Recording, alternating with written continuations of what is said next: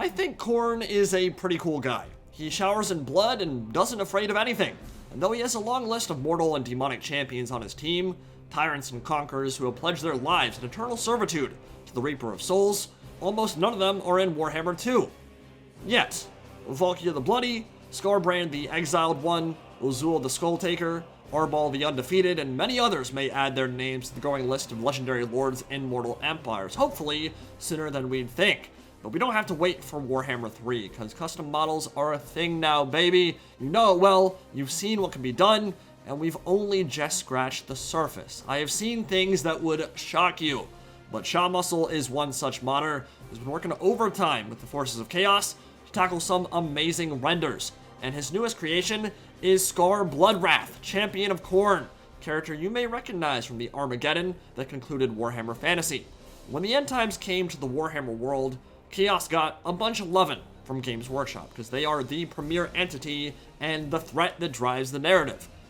It started with a Nurgle invasion of Heffingen, of Marienburg, and a drive towards the Imperial capital, culminating in a catastrophic siege of Altdorf that saw characters like the Glotkin, like Festus the Leechlord, and Kugath Plaguefather leave a festering wound in the heart of the Empire.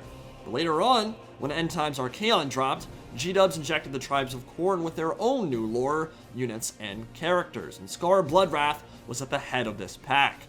Not an incredibly nuanced or interesting antagonist, I will say, but then again, Khorne has never really cared much for character development. What Skarr does bring to the table is unremitting violence in its purest, most distilled form. Mounds of skulls for his lord in the heavens, which suits the Dark Gods just fine.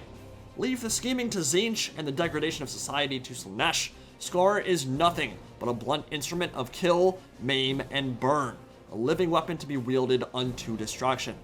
He is the champion of the Skaramor tribe, the elite of the elite when it comes to the Khornate peoples that inhabit the Chaos Wastes, leading the Wrathmongers, Skull Reapers, and Bloodspeakers into a glorious new age of slaughter. Skaramor kind of fancy themselves as the greatest of their kind, amongst the mightiest armies in existence, and they might be right, because before the End Times, they never came south once, claiming that Imperials and Elves and Lizards were unworthy offerings to the Blood God, so they stayed in the far north, destroying the greatest demons, monsters, and mortals they could find in the Chaos Wastes, which shaped them into a frenzied legion of champions that would ultimately play a crucial role in the battles for the End Times. As for Skarr, well, his origins aren't much different from the other mortal champions of Khorne. From the moment he was strong enough to lift an axe, he was murdering people left, right, and center, managing to hack down the tribe's chieftain when he was still but a young boy. He's destroyed demons, gutted great spawn of chaos, slaughtered Shaggoths, and shot down a who's who of nameless monsters that G-Dubs pretty much always uses every time they want to make a lord sound like an unkillable badass. But what makes Skarr special is that he is killable, that despite this all-consuming rage, this incredible strength and martial skill, and the blessing of the Great One himself, he can and has been killed many times before. But like the legends of old, this local man is too angry to die. His first death came from a Tzeentch cabal in a lair of 999 conspirators, whom he slaughtered to a man until their champion appeared from behind a veil of shadow and sliced him in half. And it might have been a rather unfitting end. Khorne certainly thought so, so he said, "You know what, I don't want you to be dead right now. Come on back." In the same way that he's really not a fan of Tzeentch, he said, "Your death was stupid, I'm bringing you back to the fold," and breathed new life into him, and from that point on, Skarr took a rather immortal form. He bubbled out from the bloody lake he'd left pooled on the chamber floor, and with demon axes fused to brass chains, he dragged the sorcerer of Tzeentch to his doom, ripping out his throat with his bare teeth, before finally freeing his head from his shoulders. Skarr Bloodwrath has died many times since that day, but Khorne always brings his champion back to life through the spilled blood of his foes, and in return, Skarr reaps such a tally of skulls that none can keep count.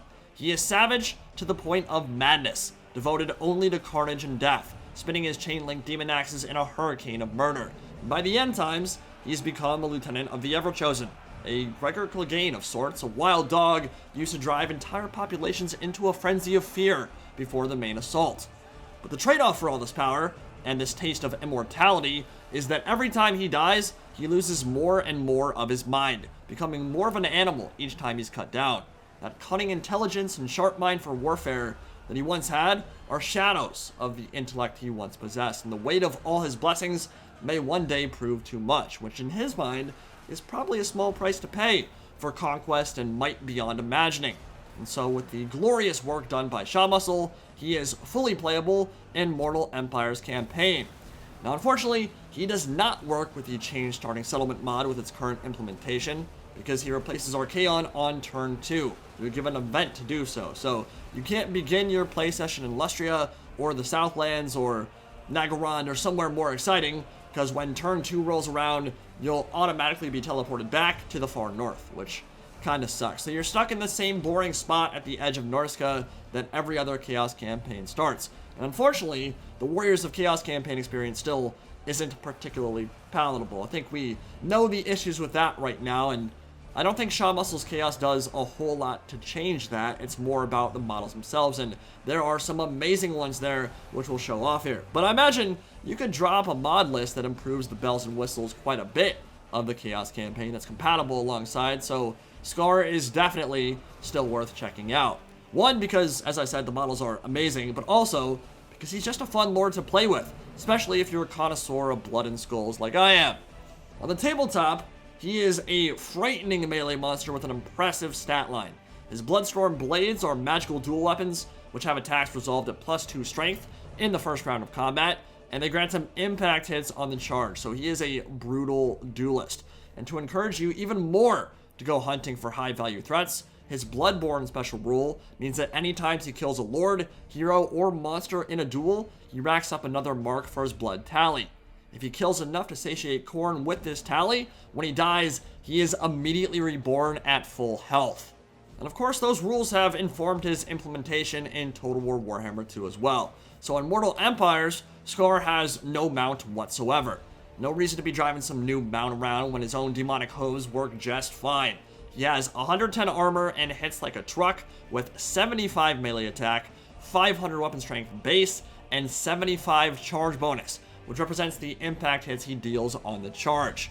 His Wrath of Khorne ability releases a stationary blood vortex that deals almost no damage, but pulls enemies closer, so his massive splash attacks can kill more easily, while also improving his stat line and durability. So he has a kit that's pretty efficient for fighting dismounted. In campaign, he focuses on buffing elites like Chosen, while his Brand of Khorne drives him into a frenzy, making him unbreakable and forcing Rampage after 2 minutes in combat. Now, losing control of your Lord can obviously be a big problem, but it's less of an issue on Foot Lords simply because they don't have anywhere to go. They're not fast enough to be running across the map. When they're in and amongst a bunch of elite infantry slaughtering them, which is exactly what Skarr Bloodwrath is good for, well then Rampage isn't such of a big problem.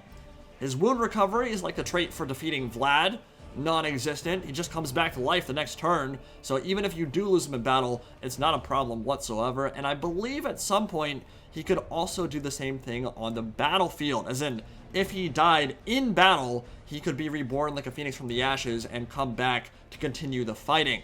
I'm pretty sure I saw that happen, but Shaw Muscle might have decided to change it, because the last time I looked at the skill tree, I couldn't find that same ability. But Jesus squeezes, Batman. Look at that stat line when he's maxed out.